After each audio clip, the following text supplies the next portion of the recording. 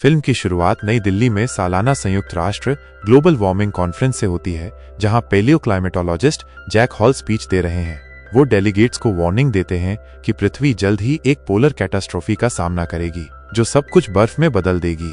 जब कुछ delegates time limit पूछते हैं तो जैक बताते हैं कि इसमें कुछ सेंचुरीज लग सकती हैं, लेकिन अगर फॉसिल फ्यूल का इस्तेमाल कम नहीं किया गया तो उनके ग्रैंड चिल्ड्रन को कॉन्सिक्वेंसेस भुगतने होंगे। कॉन्फ्रेंस के बाद Jack national oceanic and atmospheric administration के एक रिप्रेजेंटेटिव टेरी रैप्सन से मिलते हैं और दोनों अपनी अपनी फाइंडिंग्स के बारे में चैट करना शुरू करते हैं। जब वे डिस्कस कर रहे होते हैं तो हैवी स्नोफॉल होता है, जिससे पता चलता है कि क्लाइमेट चेंज ऑलरेडी स्टार्ट हो चुका है।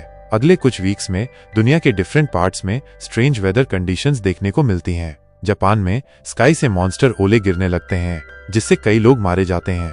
ऐसे ओले हिस्ट्री में सबसे बड़े रिकॉर्ड किए गए हैं। इस बीच स्कॉटलैंड में टेरी रैप्सन के मॉनिटरिंग स्टेशन पर कंप्यूटर्स रिवील करते हैं कि ओशन के कुछ पार्ट्स में टेम्परेचर में मैसिव ड्रॉप्स आ रहे हैं। ड्रॉप्स इतने सडन और मिस्टीरियस हैं कि वहां लगे कम्युनिकेशन सिग्नल्स इंस्टेंटली फ्रीज हो गए हैं। दूसरी ओर इंटरनेशनल स्पेस स्टेशन पर एस्ट्रोनॉट्स अर्थ के ट्रोपोस्फियर में जायंट स्टॉर्म्स बनते हुए नोटिस करते हैं। नेक्स्ट सीन में हम वॉशिंगटन डीसी में जाते हैं, जहां जैक अपने सन सैम को एयरपोर्ट पर ड्रॉप कर रहे हैं। सैम एक जीनियस स्टूडेंट है जिसे न्यूयॉर्क में एक डेकाथलॉन में इनवाइट किया गया है। उसके पापा एक फेमस आदमी हैं, लेकिन सैम उनसे नाराज है क्योंकि जैक अपने बिजी वर्क शेड्यूल के चलते हमेशा उसकी लाइफ से गायब रहे हैं। फिर भी वो सैम को भरोसा दिलाते हैं कि रिटायर होने के बाद उनके पास फैमिली के लिए पूरा टाइम होगा। बाद में जब सैम अपने बेस्ट फ्रेंड्स लॉरा और ब्रायन के साथ न्यूयॉर्क पहुंचता है तो वे देखते हैं कि पक्षियों का एक बड़ा झुंड वेस्ट की तरफ उड़ रहा है, जैसे कि वे किसी चीज से बच रहे हों। उसी वक्त टेरी अपने मॉनिटरिंग स्टेशन से जैक को कॉल करता है और उन्हें अपनी फाइंडिंग्स के बारे में बताता है। वो कहता है कि पोलर कैटास्ट्रॉफी तेजी से उनकी तरफ आ रही है और उनके पास बचने का टाइम नहीं है। जब जैक पूछते हैं कि क्या ये बुरा है तो टेरी जवाब देता है कि पिछले 10,000 सालों में ऐसा कुछ नहीं हुआ है। इसके बाद हम कैलिफोर्निया में एक वेदर मॉनिटरिंग सेंटर में जाते हैं, जहां एक टेक्नीशियन अपनी गर्लफ्रेंड के साथ चिल कर रहा होता है। तभी उसे एक आदमी का डिस्ट्रेस कॉल आता है जो बताता है कि लॉस एंजल्स में ओले गिर रहे हैं। ये सुनकर टेक्नीशियन टीवी ऑन करता है और ये देखकर शॉक हो जाता है कि गोल्फ बॉल्स के साइज के ओलों ने लॉस एंजल्स के कुछ हिस्सों को तबाह कर दिया है। वो तुरंत अपने बॉस को कॉल करता है और उसे कैलिफोर्निया स्टेट में टॉर्नेडो वार्निंग जारी करने के लिए कहता है, लेकिन बहुत देर हो चुकी होती है। कुछ ही देर में कई जायंट टॉर्नेडो शहर को घेर लेते हैं और सब कुछ डिस्ट्रॉय कर देते हैं। इस वजह से वॉशिंगटन डीसी में ऑफिस ऑफ ग्लोबल चेंज में एक इमरजेंसी मीटिंग कंडक्ट की जाती है। अटेंड करने वालों में से एक दुनिया के अलग अलग हिस्सों में होने वाली दूसरी डिस्ट्रक्टिव वेदर घटनाओं का जिक्र करता है और जोर देता है कि कुछ गड़बड़ हो गई है। तभी जैक, जो अटेंड करने वालों में से एक है, क्राउड को बताता है कि सब कुछ नॉर्थ अटलांटिक करंट्स के कारण हो रहा है।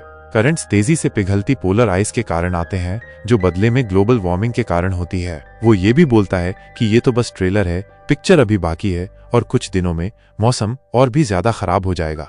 नेक्स्ट सीन में जैक वाइस प्रेसिडेंट से मिलता है और उसे समझाने की कोशिश करता है कि सिचुएशन एकदम क्रिटिकल है। वो बताता है कि पोलर ब्लास्ट कभी भी हिट कर सकता है, इसलिए नॉर्दर्न स्टेट्स में मास इवैक्यूएशन जरूरी है। लेकिन वीपी उसे भाव नहीं देता और निकल लेता है। यूके में कहीं और एकदम से बर्फ गिरनी शुरू हो जाती है तो क्वीन को लाने के लिए 3 हेलीकॉप्टर्स रॉयल पैलेस भेजे जाते हैं, लेकिन रास्ते में वो स्टॉर्म के सेंटर से गुजरते हैं, जिससे उनके सारे इंस्ट्रूमेंट्स तुरंत फ्रीज हो जाते हैं।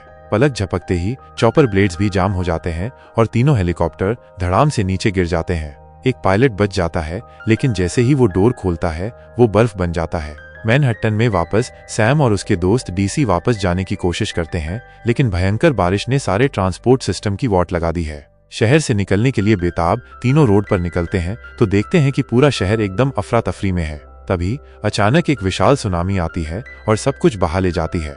बड़ी बड़ी बिल्डिंग्स और यहाँ तक कि स्टैच्यू ऑफ लिबर्टी भी ऐसे गायब हो जाते हैं जैसे कुछ था ही नहीं। सैम और उसका ग्रुप खतरे को भांप लेते हैं और सेफ्टी के लिए नेशनल लाइब्रेरी हॉल में भागते हैं। बदकिस्मती से हजारों लोग बह जाते हैं और मर जाते हैं। बाद में टेरी जैक को कॉल करता है और यूरोप में जमने वाली हवा के बारे में बताता है, जिसने हेलीकॉप्टर्स को गिरा दिया।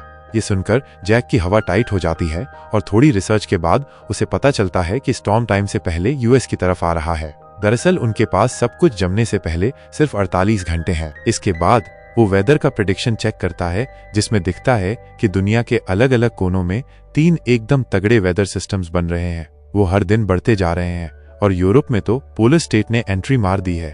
उधर सैम लाइब्रेरी में एक फोन ढूंढने के लिए स्ट्रगल कर रहा है क्योंकि वहां मोबाइल का सिग्नल गायब है। थोड़ी देर बाद वो नीचे वाली फ्लोर पर जाता है और एक फोन मिलता है जो लगभग पानी में डूबा हुआ है। अपने पेरेंट्स को कॉल करने के लिए एकदम बेताब वो तैरकर वहां पहुंचता है और फाइनली कॉल लगा लेता है। जैक अपने बेटे को जिंदा पाकर एकदम खुश हो जाता है और उसे इंस्ट्रक्शंस देने लगता है। वो सैम को बोलता है कि उसे घर के अंदर ही रहना है और स्टॉर्म के जाने का वेट करना है। अगर वो बाहर निकला तो तुरंत बर्फ बन जाएगा। ये सुनकर सैम की हवा टाइट हो जाती है, लेकिन जैक उसे बोलता है कि वो उसे जल्दी ही रेस्क्यू करने आएगा। अगले दिन जब लाइब्रेरी में सब लोग कपड़े और राशन इकट्ठा कर रहे होते हैं तो उन्हें बाहर से एक अजीब सी आवाज सुनाई देती है। जब वो खिड़की से बाहर झांकते हैं तो वो ये देखकर शॉक्ड हो जाते हैं कि एक कार्गो शिप उस जगह से गुजर रहा है। डीसी में कहीं और स्टेट का हेड एक मीटिंग कर रहा है और जैक को सिचुएशन के बारे में ब्रीफ करने का टास्क दिया जाता है। शुरू करने से पहले ही वो ये बोलकर सबको डरा देता है कि असली पिक्चर तो अभी बाकी है। फिर वो सजेस्ट करता है कि सदर्न स्टेट्स के लोगों को तुरंत खाली कराकर मेक्सिको शिफ्ट करना चाहिए। एक बार फिर वाइस प्रेसिडेंट इस आइडिया को रिजेक्ट कर देता है क्योंकि उसका कहना है कि इतने बड़े लेवल पर इवैक्यूएशन पॉसिबल नहीं है। वो ये भी पूछता है कि नॉर्थ के लोगों का क्या होगा, जिस पर जैक बोलता है कि उनके लिए तो टाइम आउट हो चुका है। अगर वो अपने घरों से बाहर निकले तो एकदम से आइस क्यूब बन जाएंगे। उनके लिए बेस्ट ऑप्शन यही है कि वो घरों में घुसे रहें और स्टॉर्म के शांत होने का वेट करें। सरप्राइजिंगली प्रेसिडेंट जैक की बात मान लेता है और नेशनल गार्ड को ऑर्डर देता है कि बचे हुए लोगों को साउथ में शिफ्ट करो।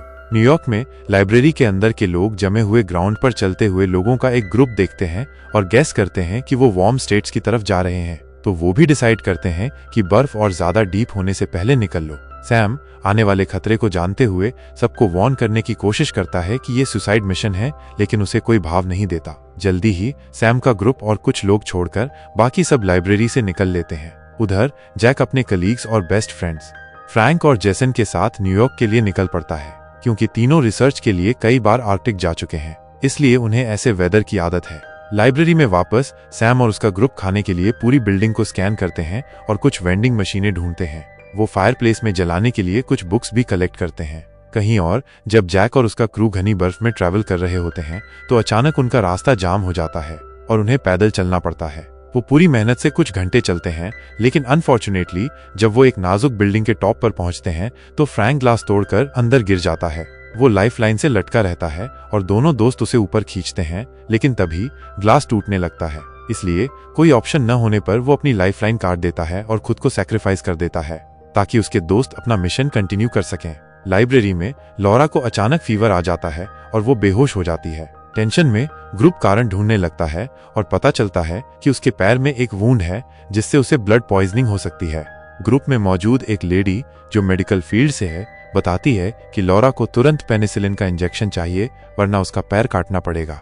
अपनी दोस्त को बचाने के लिए बेताब सैम पास के कार्गो शिप में जाने का फैसला करता है। उम्मीद है कि वहां कुछ दवा मिलेगी। जैसे ही वो निकलने वाला होता है, ब्रायन और एक दूसरा लड़का जेडी भी उसके साथ जाने का फैसला करते हैं।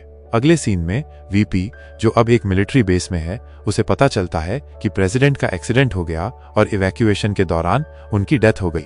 और बुरी बात यह है कि रिसर्चर्स को यह भी पता चलता है कि तूफान की आंख ने अपना रास्ता न्यूयॉर्क शहर की ओर बदल दिया है। कहीं और जैक और जेसन धीरे धीरे अपनी डेस्टिनेशन की ओर बढ़ रहे हैं, लेकिन अफसोस जेसन थकान के कारण गिर जाता है। नतीजतन जैक को अपने दोस्त को उठाना पड़ता है। लाइब्रेरी में तीनों आखिरकार बाहर निकलते हैं और कार्गो शिप की ओर बढ़ते हैं।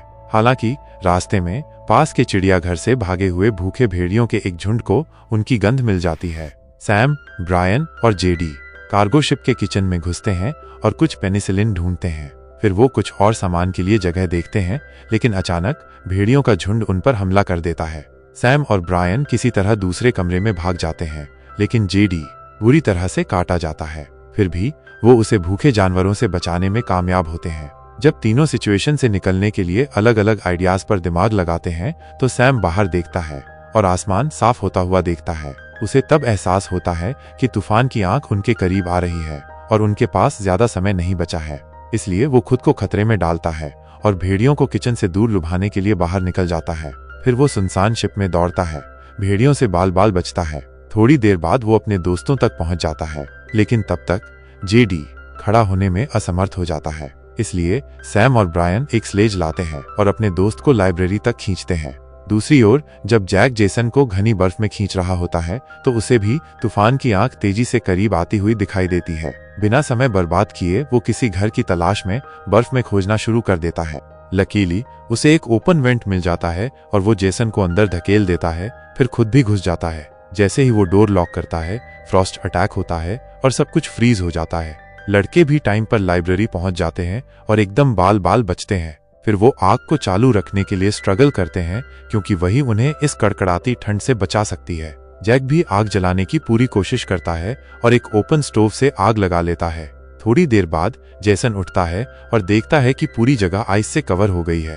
अब स्टॉर्म का सेंटर जाने के बाद जैक अपना मिशन फिर से स्टार्ट करने का प्लान बनाता है। जेसन उसे समझाता है कि बाहर अभी भी खतरा है, लेकिन जैक कहता है कि उसके पास टाइम नहीं है।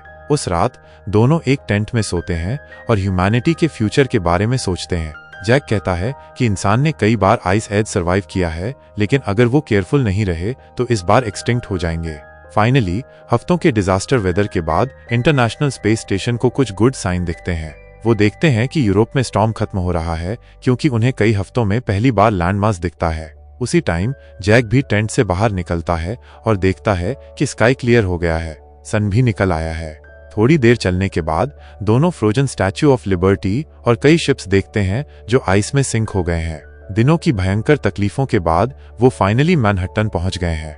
लेकिन जीपीएस से जब वो लाइब्रेरी की एग्जैक्ट लोकेशन पर पहुंचते हैं तो उनका दिमाग हिल जाता है क्योंकि वो पूरी तरह से बर्फ में दफन हो चुकी होती है। सारी होप्स फिनिश होने के बाद वो निकलने वाले होते हैं, तभी उन्हें बर्फ में एक छोटी सी ओपनिंग दिखती है। टाइम वेस्ट किए बिना जैक ओपनिंग से लाइब्रेरी में घुस जाता है और जेसन भी फौरन उसके पीछे जाता है। फिर वो सैम को ढूंढने लगते हैं और लकीली थोड़ा सर्च करने के बाद उसे स्पॉट कर लेते हैं। पता चलता है कि सैम और उसका ग्रुप आग की वजह से अभी भी जिंदा है। इसी के साथ फादर सन की जोड़ी हफ्तों के गैप के बाद डरावने वेदर के बीच फाइनली मिलती है। इसके बाद सीन कट होता है मेक्सिको में, जहां न्यू प्रेसिडेंट को इन्फॉर्म किया जाता है कि न्यूयॉर्क में कुछ सर्वाइवर्स हैं।